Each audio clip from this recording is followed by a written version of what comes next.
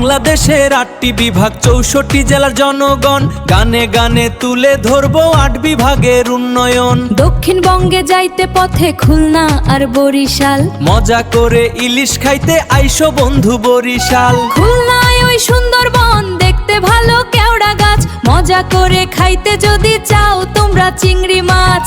চট্টগ্রাম আইলে পরে দেখবা পাহাড় পর্বত, খাওয়াবো ওই রাঙ্গামাটি আনারসের শরবত। রংপুরের তামাক সেরা আরো আলুর ডাইল, একবার যদি খাও তুমি খাইবা আবার কাইল।